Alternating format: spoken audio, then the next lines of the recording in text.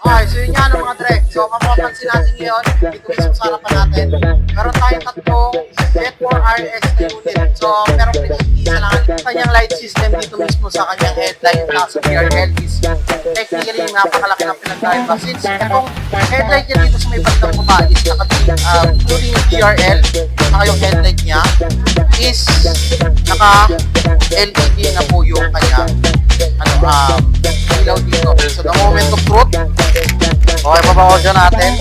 Okay pa naman. Testingin na. Ayan. Medyo may kataasan ko. Pero adjustable naman to yung success sa likod. SYM Jet 4 RX. Bago natin simulan, bagsakan muna natin to ng intro. Jet.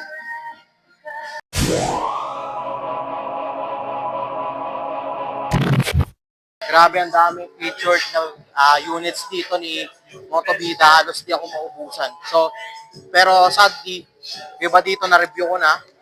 Siguro ilan na siguro ang hindi ko na-review dito. Including tong Jet 4RX na unit nila. So, ito kahit na matagal na unit ito, hindi ko pala napas ito. So, syempre, nasa content photo tayo eh. Ayan. Gawin na natin. So, yeah. Let's get it. Okay, so yun nga ano mga Dre. Ano nga bang meron kay Jet 4RX na motorcycle? So, basically, si Jet 4RX is meron siyang 125cc na displacement of engine, 4-stroke, single cylinder, na merong 2 valves, then also meron na itong bore and stroke na 52.4 by 57.8 mm. Then also meron itong compression ratio na 10.28 is to 0.21. And also, ng fuel system naman nito is electronic fuel injected na din. Then, cooling system, air-cooled. Ayun, so, mukhang matipid rin to in terms of maintenance. Then, yan, scooter type. Ang transmission naman nito is naka-automatic CVT na rin para dito mismo sa motor na to. Ngayon, ilan nga ba ang kanyang max power? Okay, so ang max power naman ni Jet 4RX is basically, or max output ni Jet 4RX is basically 8.4 kilowatt at 8,500 RPM. Then meron naman itong max torque na at least 10.3 Newton meter at 6,500 RPM. So, yun. So, walk through ko na kayo for some kind of a little bit of technical specifications for this bike. So, ngayon, ang gagawin naman natin ngayon, kahit na medyo makipot yung daanan dito, okay lang. Sige, gagawin natin yan.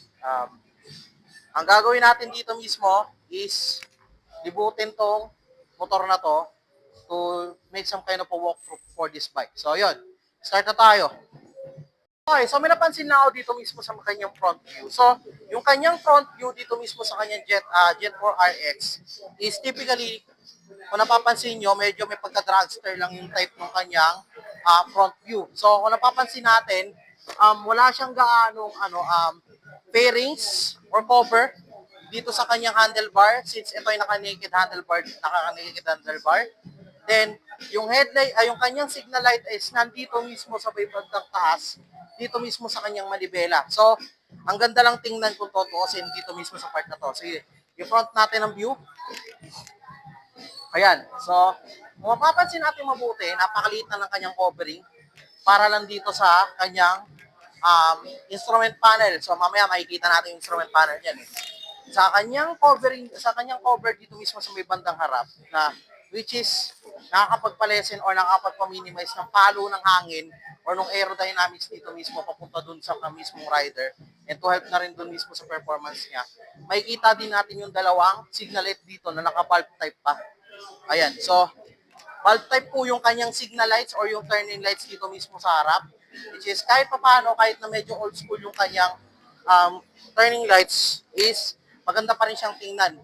Kasi na-emphasize nito mismo yung kanyang setup or yung kanyang looks na may pagka-dragster din mismo sa bandang harapan. Then other than that, mapapansin din natin dito na complete na napakaraming edges ng kanyang front view. Tapos meron pa siyang sticker dito na Jet 4, which is ina-emphasize niya yung kanyang name ng unit dito mismo sa harapan ng motorsiklo na to. So, bukod pa dyan, syempre nakikita natin, ayun, sorry, Sagi.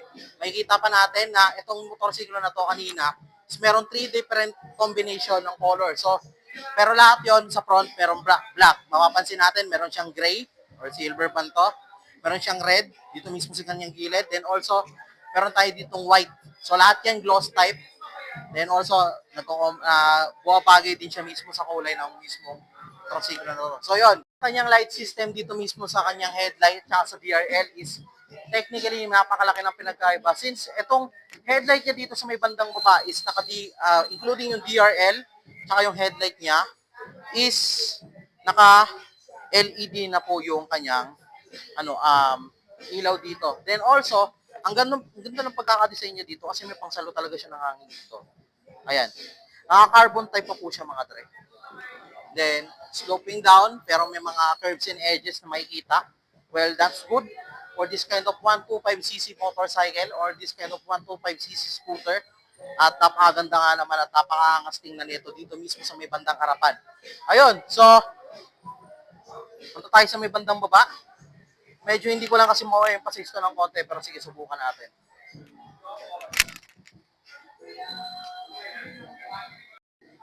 Okay, so may napansin lang ako dito mismo sa kanyang front wheels. Naka-wheel mags na rin kasi ito eh. Then telescopic fork na rin ang gamit niya na suspension dito mismo sa mga kanyang bandang harap. So, meron din kalaparan ng kanyang fender. Pero at least kahit paano naka-double secured naman yung kanyang engine dito mismo sa bandang harapan. Ayan, mapapansin din natin yan. Then also, meron siyang parang reflector dito sa may bandang gilid. Ayan. Disc brake na rin po ito take note.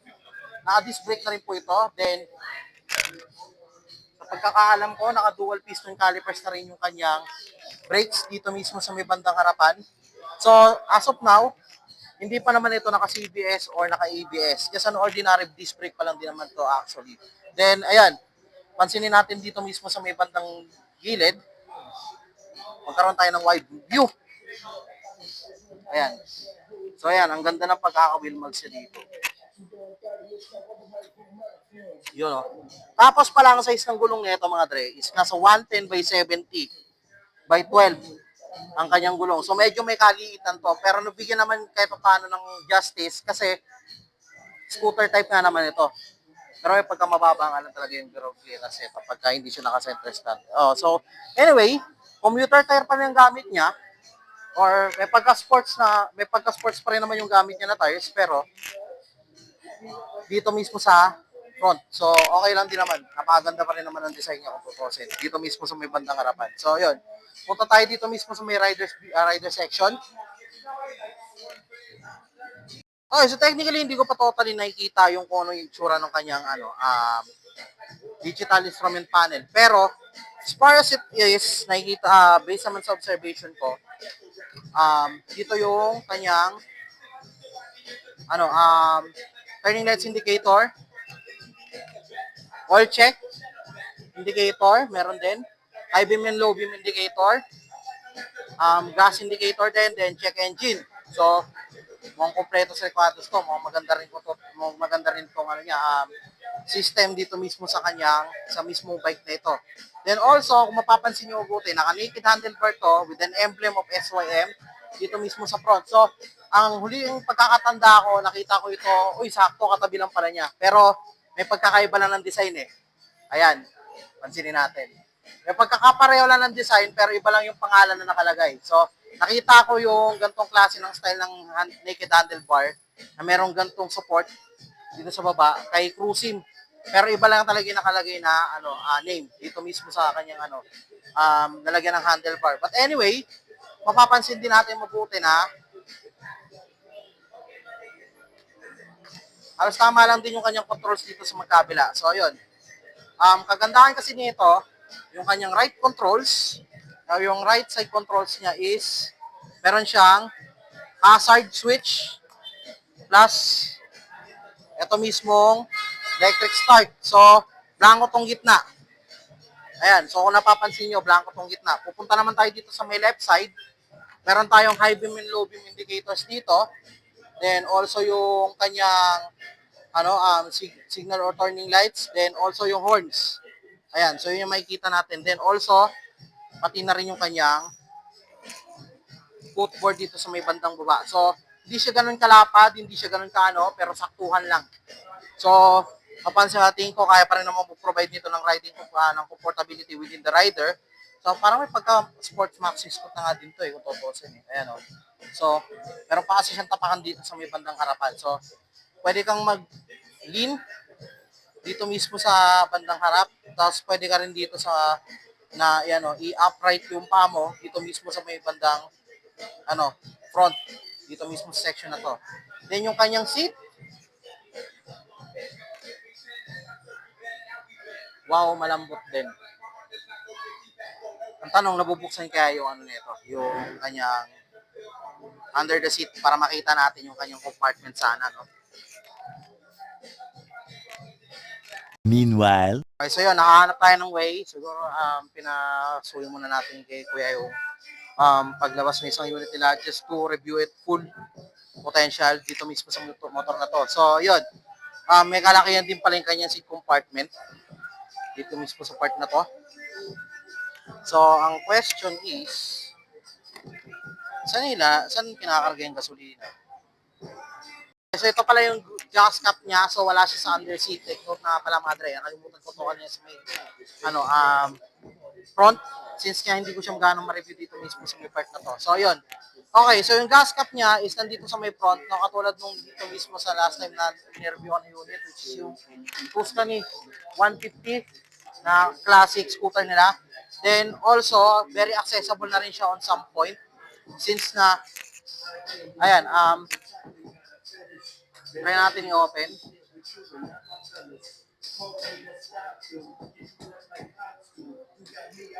Hindi ko pa ma-open. Pero sige, susunod na siguro. Ayan. So, punta muna tayo mismo sa fuel tank capacity ng motorsiklo na to. So, ang fuel tank capacity ng motorsiklo na to is about 6.2 liters ang kaya niyang ikarga dito mismo sa kanyang gas tank. So, expected natin na matipid itong Jet 4X na to, para dito mismo sa scooter na to, since nga ito ay naka-EFI na rin, and also meron na rin itong malaking gas capacity range dito mismo sa unit na to. So yun, take note, kung hindi nyo pa masyado nakikita, yung kanyang footboard dito is medyo may kalaparan ng konti, pero saktuhan lang. Then meron din siyang another part doon na po pwedeng ipatong yung paa for some kind of upright position dito mismo sa kanyang feet nung mismong rider. So bukod pa doon, syempre para hindi na natin pahirapan masyado yung ating mga riders to use this kind of bike na magsasabit pa tayo dito mismo sa kanyang manibela, naglagay na rin sila ng utility hook for front, which is very accessible na rin and fixed na. Hindi na rin natin kailangan magsabit sa manibela ng mga binili natin. Bagkos dito na lang natin talaga siya po pwede ilagay sa motor na to habang nagda-drive tayo. Then also, i-bisa natin ng konti. Ayan. So, kanina nadaanan na natin to pero bigyan ko lang kayo ng konting overview dito since ito mismong bike na to is meron siyang huge compartment na tingin ko naman kakasya ang isang half-face na helmet. Bukod pa dyan, yung kanyang battery storage, ayan, pasok na pasok dito. Katulad din sa Husky ADV. I think ganun din sa sa iba pang units ng motorsiklo nila dito. Then also, ayan, yung kanyang grab bar or yung kanya dito mismo sa likod is hati. So may pagka-sports like yung kanyang itsura dito mismo sa may bandang likod. Yung seat, ayan, nakita na natin to, napaka-lambot at makinis din yung kanyang upholstery dito mismo sa bandang upuan niya. Bukod pa dyan yung design. Ito yung nagpahanga sa looks nito kaya nagmukhang dragster talaga tingnan to para sa 125cc. Ayan. Ganyan yung itsura niya. Jet 4RX. Tapos yung tapakan niya is ito na lang mismo. Hindi ka napapahirapan na magsikot pa dito para magkaroon ka ng tapakan para dito mismo sa motorsiklo na to. Ayan. Yan. Punta tayo dito mismo sa bedroom ng gilid. Yun. Since ito ay air-cooled, makikita natin yung kanyang fan dito sa bandang gilid.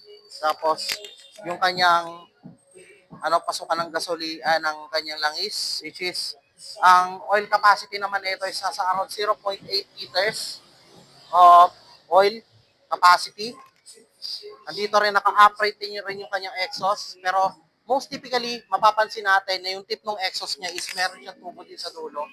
Kagaya nung iba pang mga old school na ano exhaust din yung sa iba sa scooter. Pero mukhang goods naman siya tingin at some point. Ayan. Then also, extended na rin ang kanyang mudguard dito sa ilalim, which is napakaganda. To lessen the dirt intake. So, syempre, wala nga namang coverage dito mismo sa may bandang engine. So, lapit na lang natin yung konti. Maganda na merong advantages siya dito na naka-extended yung kanyang tire hugger dito mismo sa ilalim. Bukod pa sa napakalapad na fender na ito. Okay, so, punta tayo dito sa may bandang kaliwa. Sad to say, dito sa may bandang kaliwa, wala siyang kickstart. Pero naka single shock suspension na siya dito sa may bandang likod. Ayun. So pero nakikita ko mukhang maganda yung play nito. And also adjustable din yung kanyang shock suspension dito mismo sa may bandang likuran ng part ng motor na to. So ayun. So yan, pinuntahan lang muna natin yung part na yun for the meantime. Then anong klase ng braking system ang gamit niya ulit dito? Medyo di ko na-observan. Tingnan natin. Ayun, nakita ko na. So, braking system nito sa likod, take note. Kung doon sa harap naka-disc brake, dito mismo sa may likuran is naka-drum brake pa rin po ito. As usual, nakikita nyo naman dito mismo sa may likod. Ayan o. Itong part na to. Drum brake pa rin po yan.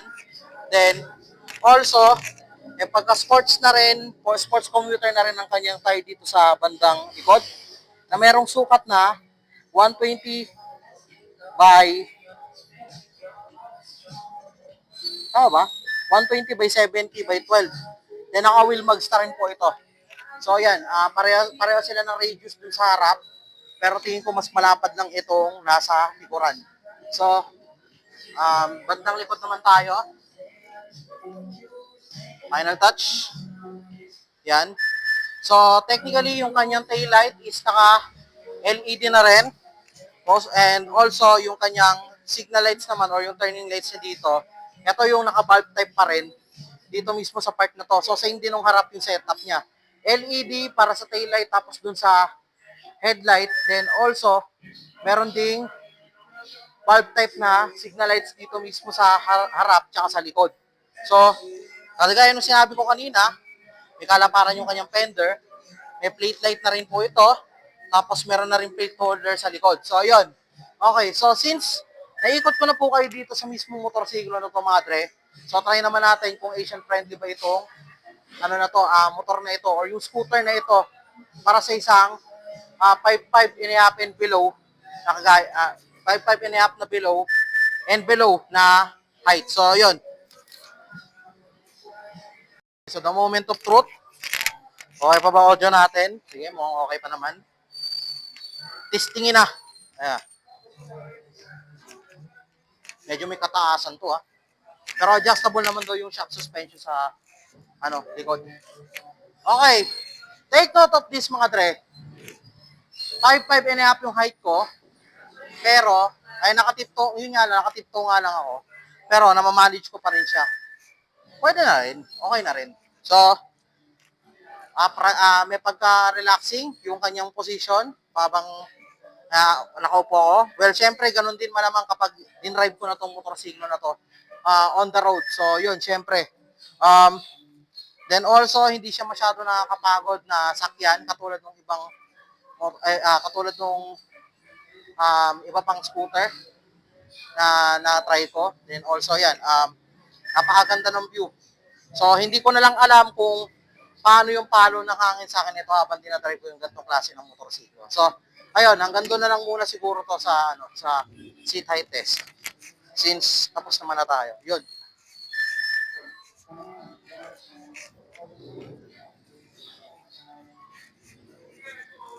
Okay, so price na tayo. Okay, so magkano nga ba ang isang